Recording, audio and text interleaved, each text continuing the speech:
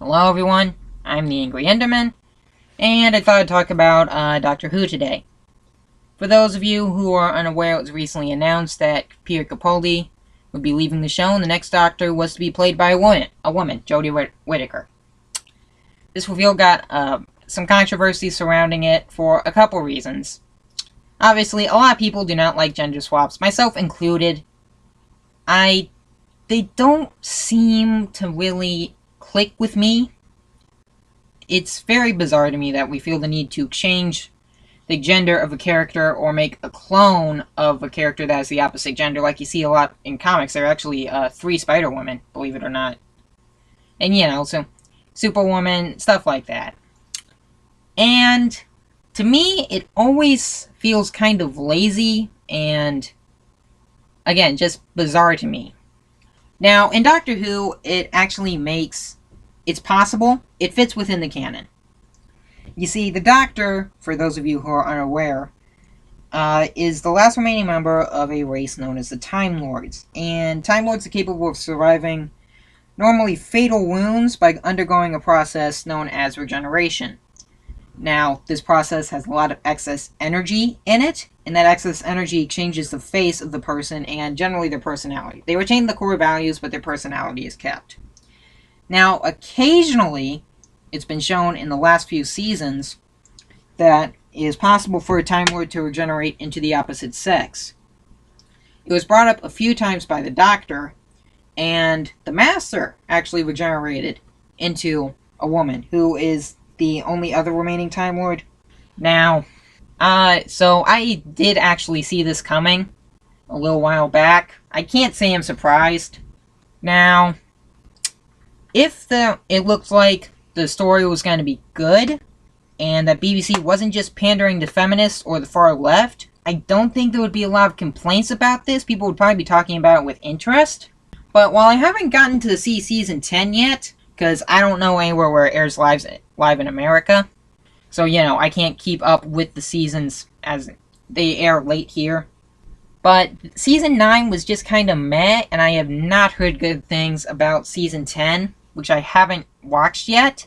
Not to mention that the BBC has been kind of pandering to the far left in the past before. In Doctor Who itself, there have actually been a few arguably anti-male comments. I'm only going to show 2 here, but in the Season 9 premiere, Missy, the Master, actually describes becoming a woman as an upgrade. And this one is really weird. In the Season 9 finale, part 1 of it, the leader of the Time Lords, I know I said the Doctor was the last one, but if you're familiar with the show, you know what I'm talking about, regenerates into a woman. First Biowar have been a man, glad to be back to normal. Now that part makes sense. If she's never been a man before, I understand where she's coming from there, but then there's this last part, where she says, or she faces one of the male officers and says, "How do you deal with that ego?" Which doesn't even make sense. I don't know of any stereotype where men are more egotistical than women, which is very bizarre to me. Now, you're probably saying to yourself, these are only 2 examples from the show, could be taken out of context, and good on you for thinking that, actually. However, the BBC also put up an internship where they said whites need not apply. They said that white people could not be hired for their internship in this story. And if that does not tell you that they're trying to push an agenda, I really don't know what is. They are pandering to the far left. And the problem here, BBC, and I'm talking to you here now, it's not going to work. You're just going to drive away people with common sense who realize that this is pandering. And a lot of the people that you're trying to pander to aren't even satisfied. Because believe it or not, Anita Sarkeesian, a prominent feminist figure, mainly known for calling a lot of video games sexist, saying all sorts of things in media are racist, she actually said that she actually had a problem that the new Doctor wasn't black and trans. And in response to that, Anita, how is this new Doctor not trans? Because during Peter Capaldi's run, it was actually revealed that the Doctor is capable of choosing his face, and that could very well be the case here. And even if he didn't choose this new face, the Doctor was still originally a man and turned into a woman. So, I still don't know how this new Doctor is not trans in your eyes. Is it because she's now has an XX chromosome still? I really don't know.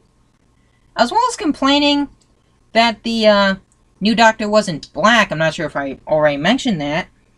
Which is, again, very, very strange because the current companion, as far as I know, is black.